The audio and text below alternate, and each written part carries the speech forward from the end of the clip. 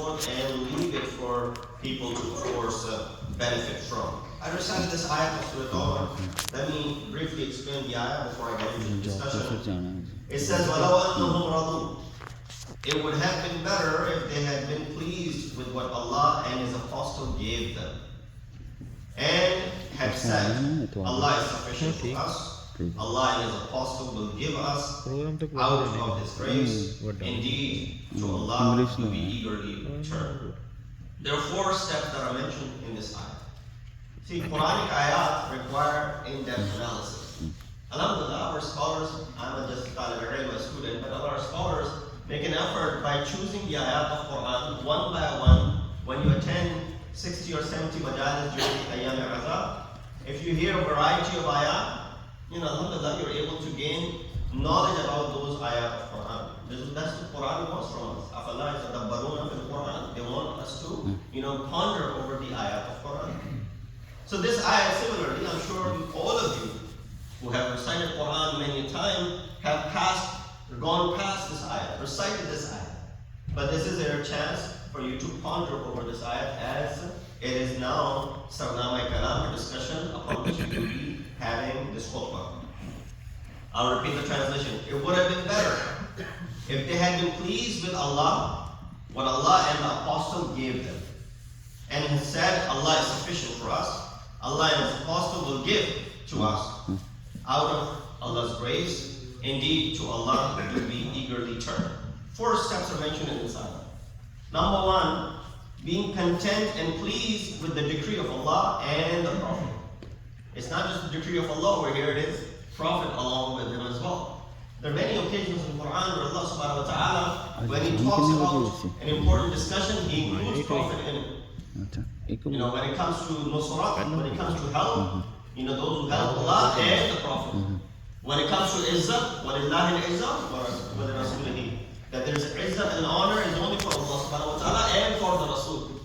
Many occasions where Allah subhanahu wa ta'ala speaks about Himself, He accompanies Rasulullah in it. That does not mean there's shirk in it, that we are comparing Allah subhanahu wa ta'ala and we're comparing Rasulullah with Allah and putting Him in the same place.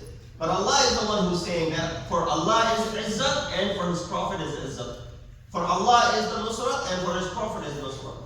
And over here, Allah gives and the Prophet gives. The translation may not do justice, but those who understand Arabic, وَلَوْ أَنَّهُمْ رَضُوا مَا آتَاهُمُ اللَّهُ وَرَسُولُهُ. Whatever Allah has given and Rasul has given. And then, of course, the ayat continues. So number 1, being content and pleased with the decree of Allah and the Prophet. Number 2, verbally admitting to saying that Allah is sufficient. قَالُوا حَسْبُنَا اللَّهُ. There's no doubt. Although Prophet is providing, but Hasbunallah, Allah is sufficient to us. Number 3, having hope in the grace of Allah and His Prophet. It says, Allahu min fadlihi wa rasuluh. Fadl of Allah and the fadl and the grace of Rasul. Both are together. And then turning eagerly to Allah subhanahu wa ta'ala, showing descent toward the world, ilallahi raghibun. In this regard, there's a discussion with our sixth Imam and Imam Abu Hanifa. They were contemporary of each other. Imam was born in the year 83 after Hijrah. Abu Hanifa was born in the year 80 after Hijrah. In fact, he was 3 years older than Imam according to historical facts. One day Abu Hanifa was having food with Imam Jafar Sadiq. Imam raised his hand to praise Allah. Imam raised his hand to praise, and you and I have the habit as well, right? When we're eating, we thank Allah subhanahu wa ta'ala for the food that we have. Imam raised his hand to praise Allah subhanahu wa ta'ala and says, Allahumma inna hada minka wa min rasulik. Oh Allah, thank you for this food. This is from you and from your Rasul.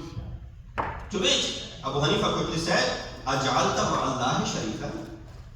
Did you associate partner with Allah subhanahu wa ta'ala by thanking Rasul for this food?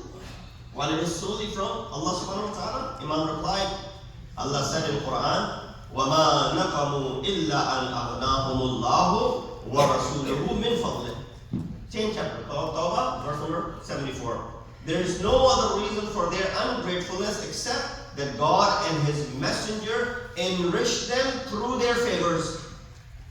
Did Allah enrich us with His favors? Or Allah says, no, God and His Messenger enriched us with their favors. Upon hearing this ayah, Abu Hanifa said, كأني ما قرأتها قط في كتاب ولا سمعتها إلا في هذا الموقف.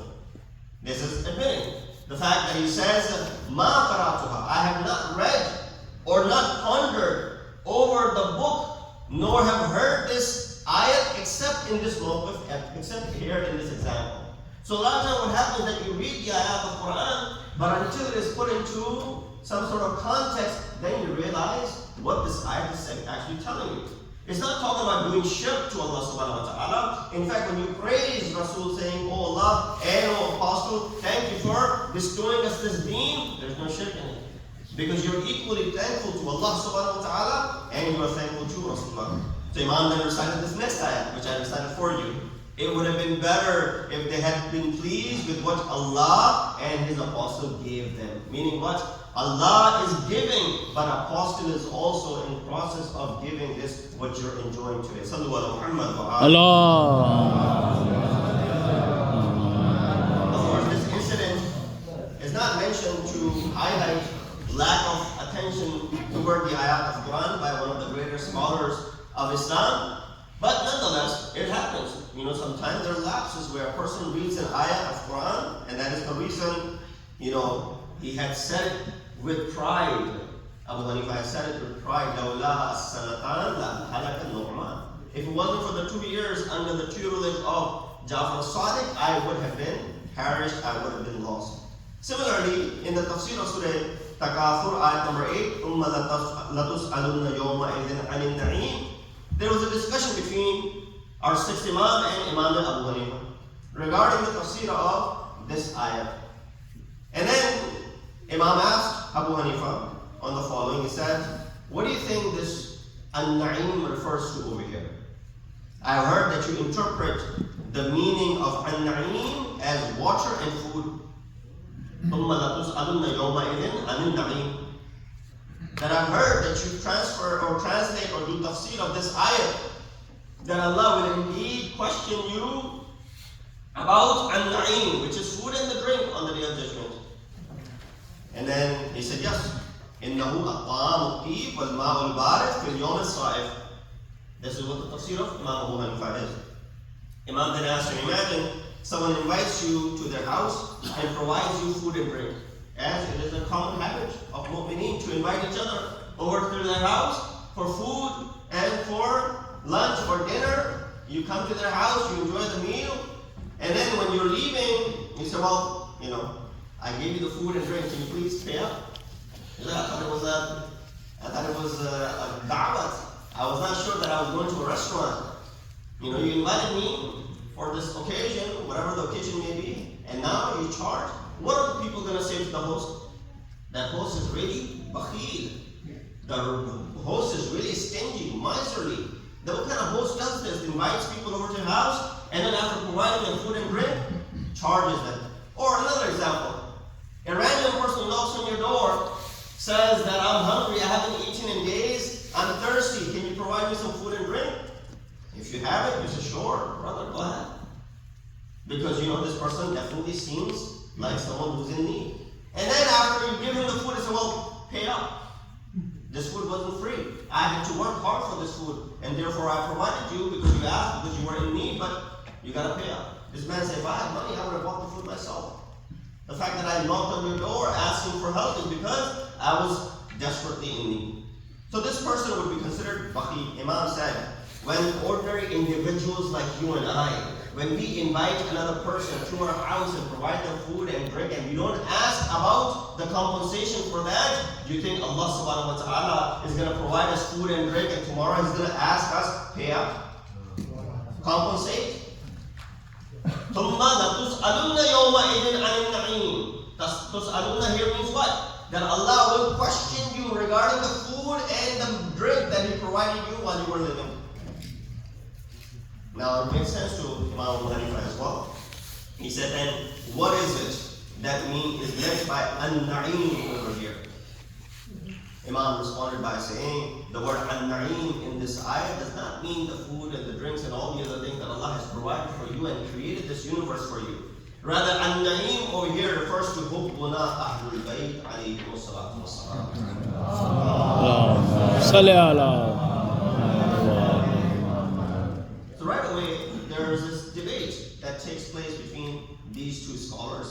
course, Imam being the one who had the superiority, being called his tutor for those 2 years, Imam ﷺ corrected many things regarding that. So here the point is not to go ahead and devalue or to show someone of a lesser value. Rather, the point here is to come out and bring out these sort of munadarat and discussions in order to understand the superiority of Ma'asumin and their grasp on knowledge and overwhelming and over-encompassing knowledge about the Quran and every single ayat, and from different viewpoints that you're able to look at these ayat of Quran. Otherwise, a simple-minded person like you and I would browse through these ayat of Quran, reading the mere translation of it, and not even ponder over the depth that Imam is referring to.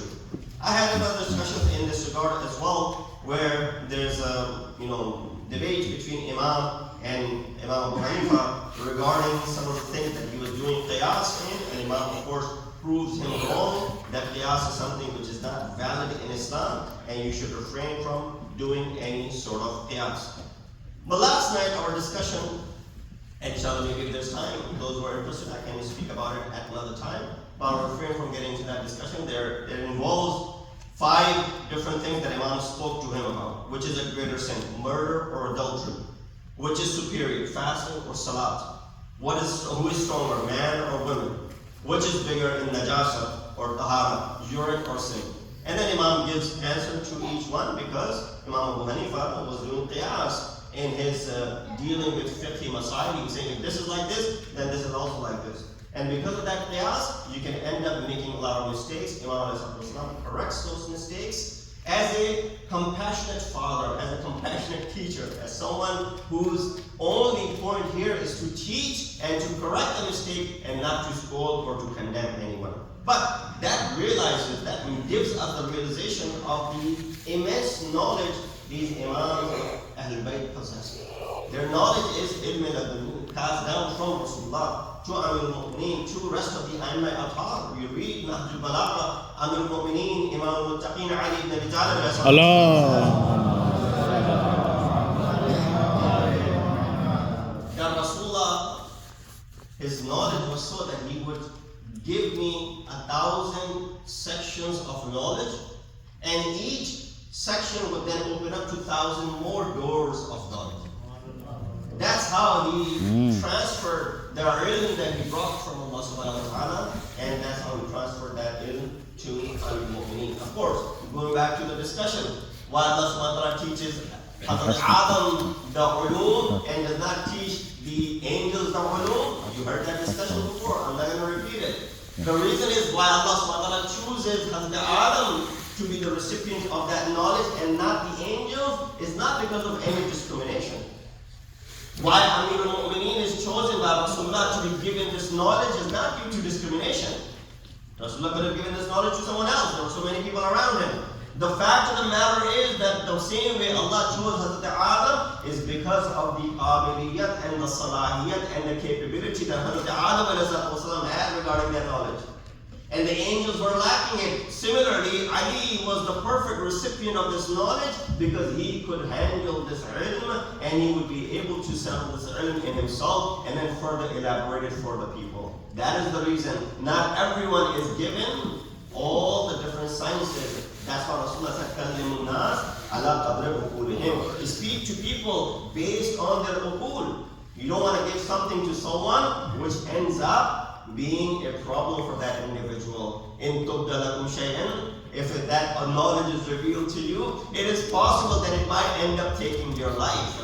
You might not be able to handle that truth, and therefore you should not give all the ulum to everyone. You come in front of me and you speak to me about, for example, some complicated medical surgery. Nothing will make sense to me. I will nod my head in front of you, and I will nod that you're able to do such complex surgeries, but has nothing to do with me, and I do not make any sense of it. You go out and explain some sort of, complicated mathematical, formula to me, I'll nod my head and say, yes, that's really a miraculous thing that you've been able to do, but it will not make any sense to me. So not all knowledges will be applicable, and people will have the capacity to. Similarly, the ilm that Rasulullah has given to Ali ibn Abi Talib, not everyone had the capability of digesting it. That's why Quran said in Surah Mujadila, يَرْفَعِ اللَّهُ الذين آمنوا منكم والذين أوتوا العلم درجات والله بما تعملون خبير. Allah will raise in rank those you who have faith and those who have been given knowledge. Who are these? The person that have been given knowledge. The criteria of high rank is not wealth. The criteria for high rank is not children. The criteria is not your fame or your status. The criteria that is being mentioned as far as the daraja is concerned, according to ayat number 11 of Surah Mujadala, is your ilm and is your knowledge. And that's one thing that our sixth Imam Jafar al-Sadiq, Imam said, أكثر الناس قيمة أكثرهم علما وأقل الناس قيمة أقلهم علما. That after Iman, the thing that gives value to insan is how much knowledge they possess. If they possess a lot of knowledge, then the qiymat of this insan increases. If they don't possess that much knowledge, then of course the qiymat of that insan lowers. You know, there is hukm in Quran to lessen your ibadat. Ya ayyuhal muzammil qum al-layla illa qalila aw inqus minhu qalilan aw zid alayhi. O Prophet, when you stand up at night, stand up for part of the night, not the entire night. Decrease a little bit from as far as your ibadat are concerned. But there isn't a place in Quran where Allah says decrease in your knowledge and attaining your knowledge. In fact, on the contrary, it says, Rabbi zidni ilm. Ilm, when it comes to knowledge, continue to increase your ilm and knowledge. But when it comes to ibadat, Allah is the one who's telling you, you don't have to do that much ibadat. The bare minimum that is permissible for you or that is obligatory upon you, we will be content with that much if you're able to perform. Yeah, if you do extra, there will be nurun ala nur. But as far as the ilm is concerned, don't ever give up. Say, well, I've attained enough knowledge. 16 years of education is probably enough. I don't need to study another day. No, keep on increasing. Because we make it dua, Qul Rabbi zidni ilman. That's why our madhab al-tashayyu, is madhab al-ilm. Amir al-Mu'mineen, beautifully in this couplet when he speaks about it, he takes pride in the fact. He says, Radina qismatul jabbar fina. We are satisfied with the taqseem, with the division of Allah subhanahu wa ta'ala in regards to us. Lana ilmun wa lil a'da'i man. He divided ilm to us, he gave ilm to us, and he gave mal to our enemy. فَإِنَّ الْمَالَ يَفْنَى عَنْ قَلِيلٍ وَإِنَّ الْعِلْمَ بَاقٍ لَا يَزَالُ. Why? Because mal will eventually run out, but ilm is something which will remain forever. This is the qismat of Jabbar. Allah divided it so we would be the possessors of this ilm, and we are satisfied with this division of Allah subhanahu wa ta'ala. And I'll conclude with this, where Amir al-Mu'mineen says, Kafa bil-ilmi sharafan an yaddi'ahu man la yuhsinahu wa yafraha bihi idha nusiba ilayhi wa kafa bil-jahli dhamman an yabra'a minhu man huwa fihi. Very beautiful riwayah. I hope I can do justice in explaining it, not just merely by translating it. Imam said, if there was no other proof for the superiority of knowledge, if there was no other dalil or evidence that knowledge is superior, although there are so many, this would be this would be sufficient as the proof that ilm is higher than jahl. What is it?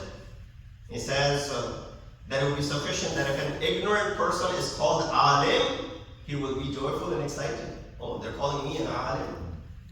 This would be enough of a proof for ilm and knowledge that if a jahil is said, oh, this person is an alim, he will feel, yeah, proud. Oh, they're calling me an alim, they're calling me a scholar. This is enough of a proof that ilm is higher. And then on the contrary, Imam says, it is enough to condemn ignorance that even if an illiterate is called jahil, he's infuriated. Why did you call me jahil? That when an ignorant person who's associated with the sifat of jahil starts complaining, why are you calling me jahil? But the moment the same person is given the sifat of alim, that person starts bragging about it and showing that yes, I have something. So it says there was no other proof that an ilm is superior to jahl. This would be enough of it. So we ask Allah subhanahu wa ta'ala to give us the tawfiq and ability to follow the commands and the teachings of our sixth Imam, and of course teaching that we derive from the words of 6th Imam from the Quran. We ask Allah subhanahu wa ta'ala to increase our knowledge as each day goes by. May Allah subhanahu wa ta'ala continue to increase our knowledge. Though tomorrow is better than yesterday, our tomorrow should be better than yesterday. And we ask Allah subhanahu wa ta'ala to hasten the reappearance of our eternal Imam.